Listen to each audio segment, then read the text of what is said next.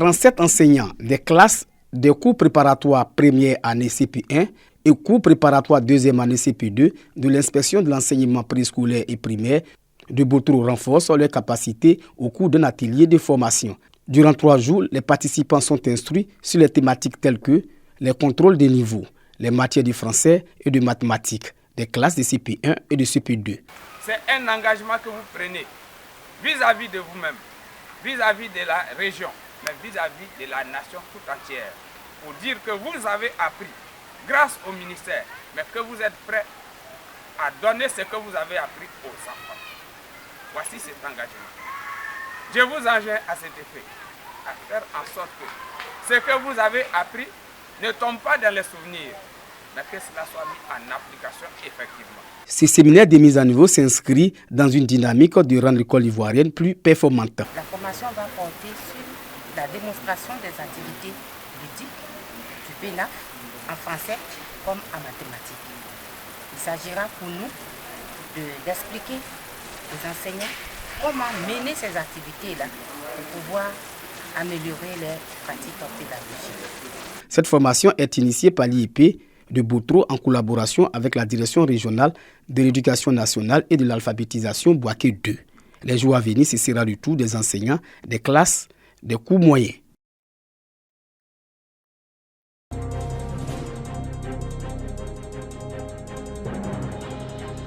C'est un projet vieux de plus d'une vingtaine d'années qui prend aujourd'hui forme.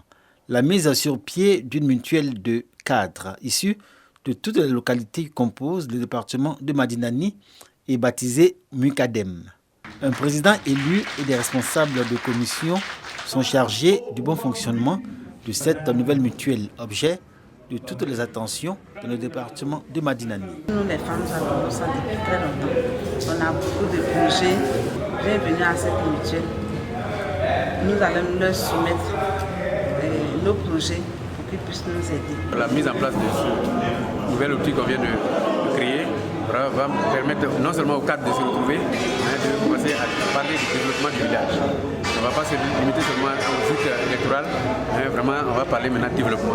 La mutuelle des cadres de Madinani, telle que présentée dans son projet de création, est d'abord un creuset d'union, ensuite le cadre de réflexion et d'action pour soutenir le développement de ce département et enfin accompagner les populations qui vivent dans leur quête de progrès.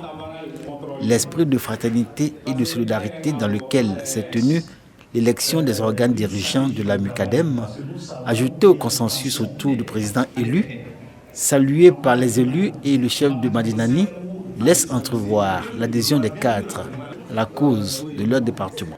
Des mutuelles existent dans tous les villages, la trentaine de villages que compte le département de Madinani. Des mutuelles existent. Mais la mutuelle du département est un outil, un instrument qui va créer une sorte de pont, qui va chapeauter, qui va essayer de chapeauter ces mutuelles et de faire une sorte de cohérence dans l'action de toutes ces mutuelles pour l'intérêt du département. Ce conseil que je peux leur dire, c'est donc réellement de ne pas trahir leur idée, ne pas trahir leur volonté, ne pas trahir leur choix. C'est d'être ensemble, de s'accompagner et avoir la même vision du département, du développement. La mutuelle des cadres de Madinani vient combler un vide, mais reste face à un défi majeur. Réconcilier les cadres encore en palabres à l'issue des dernières élections locales ou en conflit d'intérêts.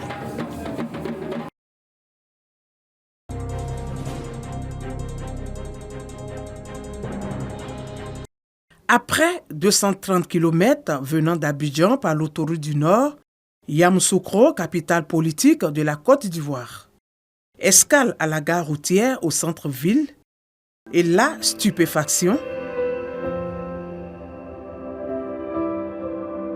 Le lac qui se trouve à proximité de cette gare est devenu toilette publique à ciel ouvert et dépotoir. Les passagers des cars qui débarquent à cet endroit ou en partance pour d'autres destinations ne trouvent pas meilleur endroit pour y effectuer leurs différents besoins. Les passagers ici, là, ils ont pris la comme, je sais pas, toilette publique, quoi.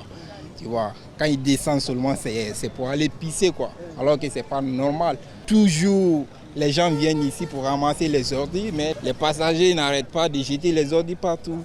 Ils jettent les ordures dans le lac. Tous ceux qui sont passants à Yamoussoukro, quand ils ont envie de boire, ils payent un sachet et puis quand ils finissent de boire, ils jettent comme ils veulent. Voilà, et c'est ça qui fait que, souvent les sachets sont par terre. Les commerçants installés à quelques encablures de ce plan d'eau disent prendre des dispositions pour l'entretien de ce lac, des initiatives souvent foulées aux pieds. Ici, là, c'est nous, là, on cotise de l'argent pour balayer ici. Les passagers, là, ils descendent. Si on a dit qu'il ne faut pas venir pisser ici, là, elles commencent pour nous insulter. Ça coûte ça, là, maintenant, là, nous, là, on ne cotise pas l'argent encore, on laisse comme ça, là. Sensibiliser l'ensemble des populations, les professionnels des gares routières et les propriétaires de restaurants installés aux abords des lacs sur la nécessité de maintenir propres ces plans d'eau. Les autorités préfectorales comptent prendre des mesures. Toutes ces activités contribuent à la pollution des lacs de Yamoussoukro. Donc il va falloir envisager des mesures vraiment rigoureuses pour appuyer les autorités locales, pour que, ensemble, dans une synergie d'action, on puisse adresser ces problèmes. Parce que tant que ces activités vont exister autour de ces lacs, on mènera toutes les actions possibles qui n'arriveront jamais à nous permettre de trouver des solutions vraiment durables à la question de la salubrité de ces lacs. Mais d'où viennent ces végétaux aquatiques qui envahissent ces plans d'eau de la ville de Yamoussoukro? Ces végétaux se produisent sur le milieu lui-même. Elles ont trouvé des milieux très favorables et ont commencé à proliférer. Ils sont devenus des végétaux aquatiques envahissants. Donc c'est des plantes naturelles qui ont été importées par certaines activités et finalement qui ont trouvé des lieux très favorables à leur développement et finalement sont devenus des plantes invasives. Il y a beaucoup de nutriments dans ces cours d'eau, tous les déchets humains, les eaux usées issues de nos ménages qui transitent par des réseaux et qui aboutissent dans ces lacs. Tout cela concourt à la dégradation de la qualité du milieu et donc enrichit ce milieu. Pour lutter contre la pollution et l'ensablement de ces lacs, le Centre ivoirien anti-pollution, structure sous tutelle du ministère de l'Environnement, du Développement durable et de la Transition écologique, a engagé un projet de réhabilitation des 13 lacs de Yamoussoukro. Objectif, débarrasser ces lacs des végétaux aquatiques. C'est un projet qui a été mis en place par le gouvernement et financé par l'État de Côte d'Ivoire à hauteur de 4,2 milliards et qui consiste à débarrasser les lacs des végétaux aquatiques envahissants qui enlaidissent l'image de ces lacs et l'image de la ville de Yamoussoukro. Ce projet est spécifique à Yamoussoukro. Il y aura d'autres actions qui vont être menées sur la lagune Ébrié, notamment contenir ces végétaux en amont de la ville d'Abidjan, parce que c'est des plantes saisonnières, de sorte à ce que pendant la période de la canne, qu'on ne puisse pas percevoir ces végétaux sur notre lagune cette année.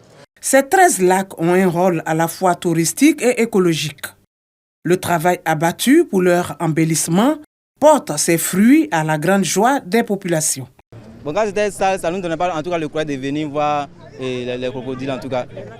Maintenant que c'est propre, ça nous a permis de venir voir comment ça se passe, quand les gens viennent regarder aussi, nous on a envie de venir aussi parce que c'est propre maintenant. Donc on est content maintenant de bien voir les crocodiles. C'est devenu bien chic, propre. Tout le monde peut s'amuser, il n'y a pas de la saleté. Tu peux rester ici et voir les crocodiles. Donc tu es libre de prendre tes photos comme tu veux. Aujourd'hui, en tout cas, c'est magnifique, c'est beau. Les gens quittent de partout, venir admirer. Et on ne peut que remercier le chef de l'État, le gouvernement. Vraiment, c'est du bon boulot. Vraiment, Yamoussoukro commence à être de retour sur la scène.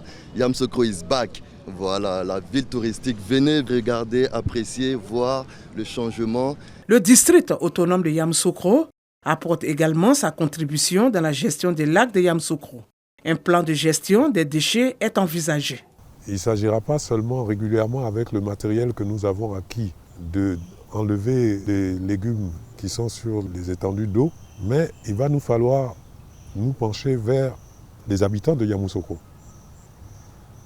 et leur apprendre à gérer différemment leurs déchets ménagers. Il va falloir certainement à terme arriver à la mise en place d'un tri des ordures ménagères, d'une présélection pour envisager plus tard leur traitement et leur utilisation. Avec l'appui de partenaires extérieurs, le district autonome de Yamoussoukro entend accélérer cette opération d'assainissement. Nous avons, grâce à un fonds vert qui nous a été mis à disposition par les Pays-Bas, nous avons pu construire une usine expérimentale sur la plantation de Tombokro qui traite les végétaux aquatiques pour produire des engrais liquides et qui produit aussi de l'énergie électrique. Des actions qui trouvent leur prolongement dans celles que mène le ministère de l'Environnement qui compte miser sur la sensibilisation. Les lacs ne sont pas des dépotoirs.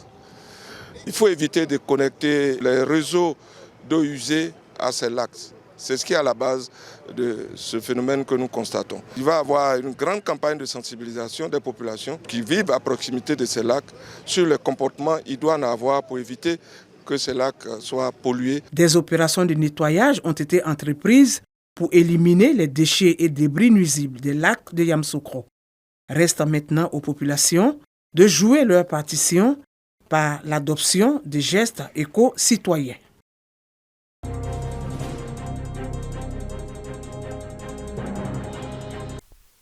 La fondatrice de l'ONG Le Bâton du Pèlerin, en visite inopinée dans les familles défavorisées de Bromakoté, un quartier populaire de Korogo.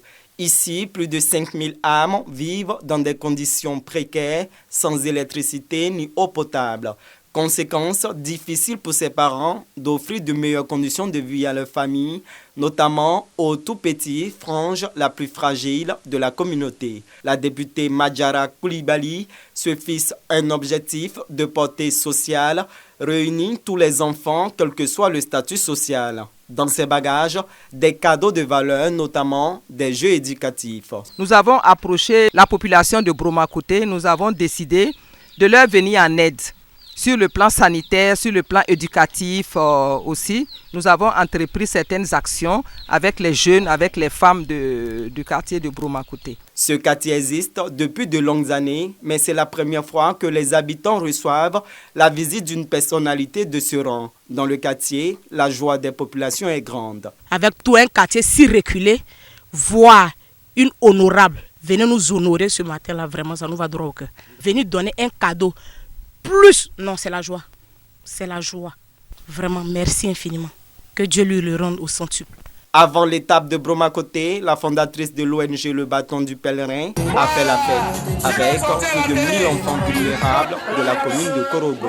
L'ONG Le Bâton du Pèlerin a été créée en 2012. Son credo, lutter contre la pauvreté partout en Côte d'Ivoire.